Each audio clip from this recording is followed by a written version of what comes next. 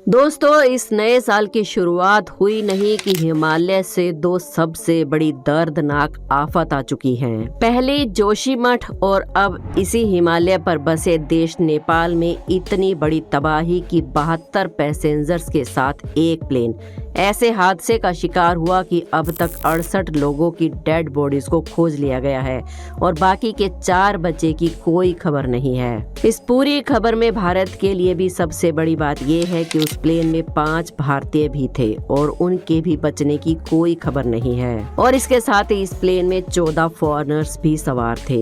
ये घटना नेपाल के पोखरा इलाके में हुई। इसके बाद से ही नेपाल की सेना, आर्म पुलिस और नेपाल पुलिस के साथ ही लोकल सिटीजन्स रेस्क्यू ऑपरेशन में जुट गए। इससे अब तक किसी को जिंदा नहीं बचाया जा सका है, जिसने इस मुद्दे को इंटरनेशनल खबर बना दिया है। जिसके बाद पूरी नेपाल गवर्नमेंट और पीएम ने खुद इसमें दखल देते हुए हाई लेवल मीटिंग करनी शुरू कर दी है। दोस्तों, अब जरा इस लड़की को देखिए। इसका नाम है तरुणी सचदेव और इसे लोग रसना गर्ल के नाम से भी जानते हैं। इसने रसना की एड में काफी काम किया। अब हम आपको इस लड़की के बारे में इसलिए बता रहे हैं क्योंकि इसकी मौत भी एक प्लेन हादसे में ही हुई थी और वो प्लेन हादसा भी नेपाल में ही हुआ था। महज 14 साल की उम्र में ये छोटी सी बच्ची दुनिया को हमेशा के लिए अलविदा कह गई। हम आपको नेपाल के प्लेन हादसे के इतिहास में रूबरू करवाएं तो आप भी इसे एक्सीडेंट नहीं बल्कि बहुत बड़ी लापरवाही कहेंगे।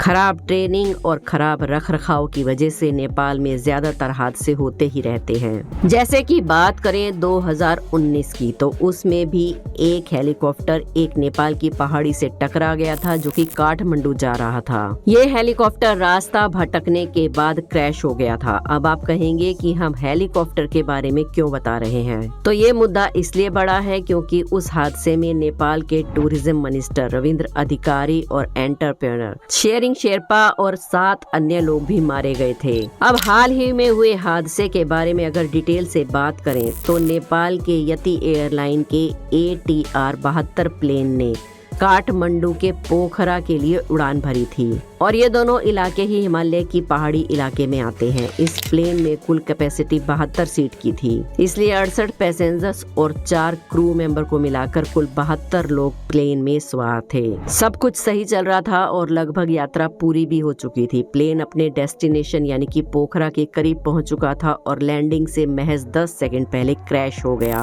लोकल मीडिया की माने तो उनके मुताबिक ये हादसा तब हुआ जब ये प्लेन लैंड होने की बजाय पोखरा घाटी में बहने वाली सेती नदी की खाई में जा गिरा और उसके बाद जितनी शुरुआती जांच हुई उसके हिसाब से नेपाल के एयरपोर्ट अथॉरिटी की ओर से ये कहा गया कि प्लेन क्रैश खराब वेदर नहीं बल्कि टेक्नोलॉजी फॉल्ट की वजह से हुआ है। एयरपोर्ट अथॉरिटी की ओर से ये भी कहा गया कि विमान के पायलट ने ATC से लैंडिंग के लिए परमिशन भी ले ली थी। पोखरा ITC की ओर से लैंडिंग के लिए ओके भी कह दिया गया था, लेकिन स्थानीय लोगों का कहना है कि लैंडिंग से ठीक पहले अचानक प्लेन में आग के लपटें दिखाई दी और उसके बाद ये हादसा हुआ। इसीलिए फिलहाल मौसम की खराबी के कारण ये दुर्घटना हुई, ये बात नहीं कही जा सकती।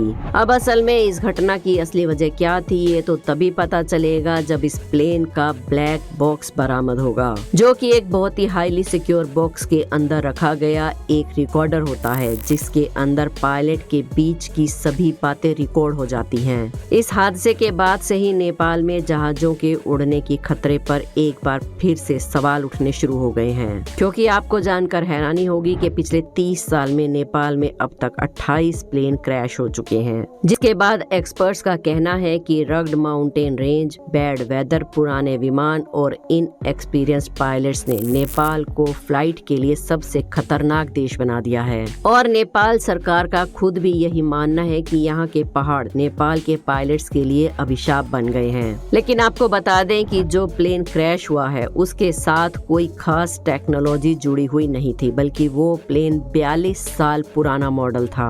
इस मॉडल का पहला विमान 1981 में बना था। इसके बाद 100 से ज्यादा देशों के करीब 200 एयरलाइंस में इस प्लेन को शामिल किया गया। अब नेपाल को ये समझना होगा कि उसके लिए कोई प्लेन सिक्योर तभी है जब वो नेपाल की पहाड़ी के इलाकों को देखकर डिजाइन किया जाए। लेकिन नेपाल में किसी प्लेन को उड़ान भरने के साथ ही इतने खतरे क्यों आ जाते हैं, उसे समझना भी बहुत जरूरी है। तो आइए आपको समझाते हैं कि नेपाल क्यों हवाई जहाज का कब्रिस्तान बनता जा रहा है। सबसे पहले अगर वहाँ की सरकारी एजेंसीज की माने तो नेपाल की सिविल एविएशन अथॉरिटी की 2019 की सेफ्टी रिपोर्ट के मुताबिक देश की डेंजरस जियोग्राफिकल लोकेशन पायलट्स के लिए एक सबसे बड़ी चुनौती होती है। नेपाल में लगभग 3 करोड़ लोग रहते हैं। यहाँ दुनिया के 14 सबसे ऊंचे पहाड़ों में से एक माउंट एवरेस्ट के साथ ही उसमें से 8 सबसे ऊंचे पहाड़ मौजूद हैं। और तो और नेपाल में महज एक इंटरनेशनल एयरपोर्ट है जो कि सी लेवल से 1338 मीटर ऊपर है, जो कि एक नैरो वैली में बनाया गया है। अब ये वैली इतनी सक्रिय है कि जिसकी वजह से कभी कभी प्लेन को मोड़ने के लिए काफी कम जगह मिल पाती है। इसके अलावा आपको बता दें कि नेपाल के नॉर्थ ईस्ट में मौजूद लुकला शहर का एक एयरपोर्ट दुनिया के सबसे डेंजरस एयरपोर्ट्स में से एक है। अब ऐसा क्यों है, इसे समझने के लिए आपको बता दें कि एयरपोर्ट एवरेस्ट के करीब है और ऐसे में एयरपोर्ट को एवरेस्ट का एंट्री गेट भी कहा जाता है।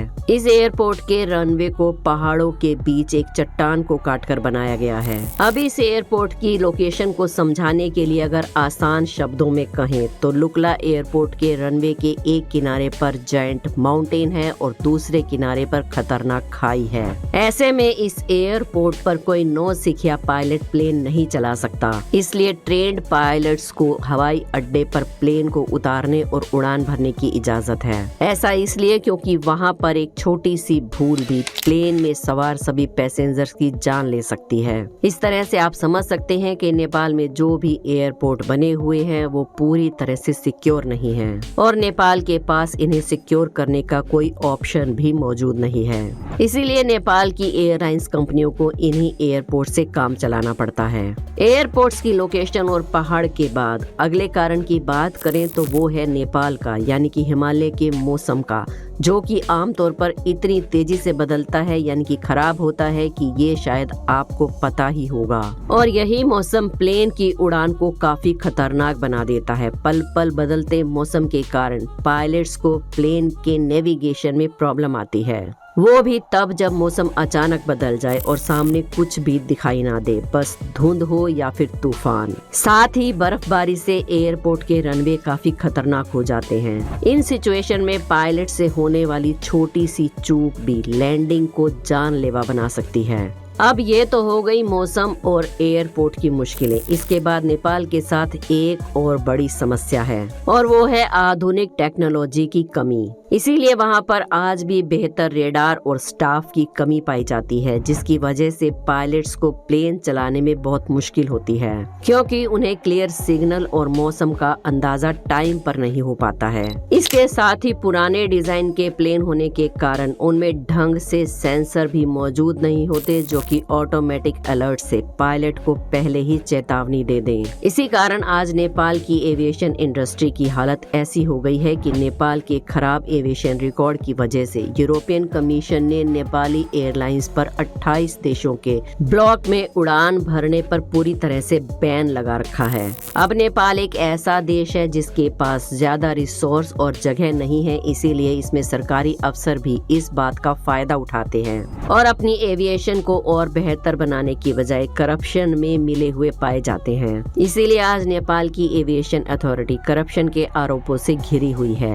लेकिन नेपाल के इतिहास में सबसे बड़ा प्लेन क्रैश आज से 30 साल पहले यानी कि 1992 में हुआ था। दरअसल जुलाई 1992 में पाकिस्तान इंटरनेशनल एयरलाइंस का एक प्लेन काठमांडू इंटरनेशनल एयरपोर्ट पर इतना भयानक क्रैश हुआ कि उसमें सवार सभी 167 पैसेंजर्स की मौत हो गई थी। अब आप इन सभी हादसों से समझ ही सकते हैं कि यहाँ हादसे समय समय पर होते ही रहते हैं। इसीलिए आज इस देश की एयरलाइंस पर भरोसा करना और वहाँ पर हवाई यात्रा करना इतना खतरनाक हो गया है कि अब कोई भी दोबारा नेपाली एयरलाइंस में यात्रा करने से पहले 100 बार सोचेगा, क्योंकि इंटरनेशनल लेवल पर इस तरह की लापरवाही से किसी भी देश के ऊपर कैसे बैन लग सकते हैं, ये नेपाल को अब समझना चाहिए। खैर, आपका इस बारे में क्या कहना है हमें नीचे कमेंट्स में जरूर बताइए। वीडियो पसंद आई हो तो एक लाइक जरूर करें। हमारे चैनल अनोखी दुनिया को सब्सक्राइब करके बेल आइकन को प्रेस करना ना भूलें। कल फिर मिलेंगे एक और वीडियो में।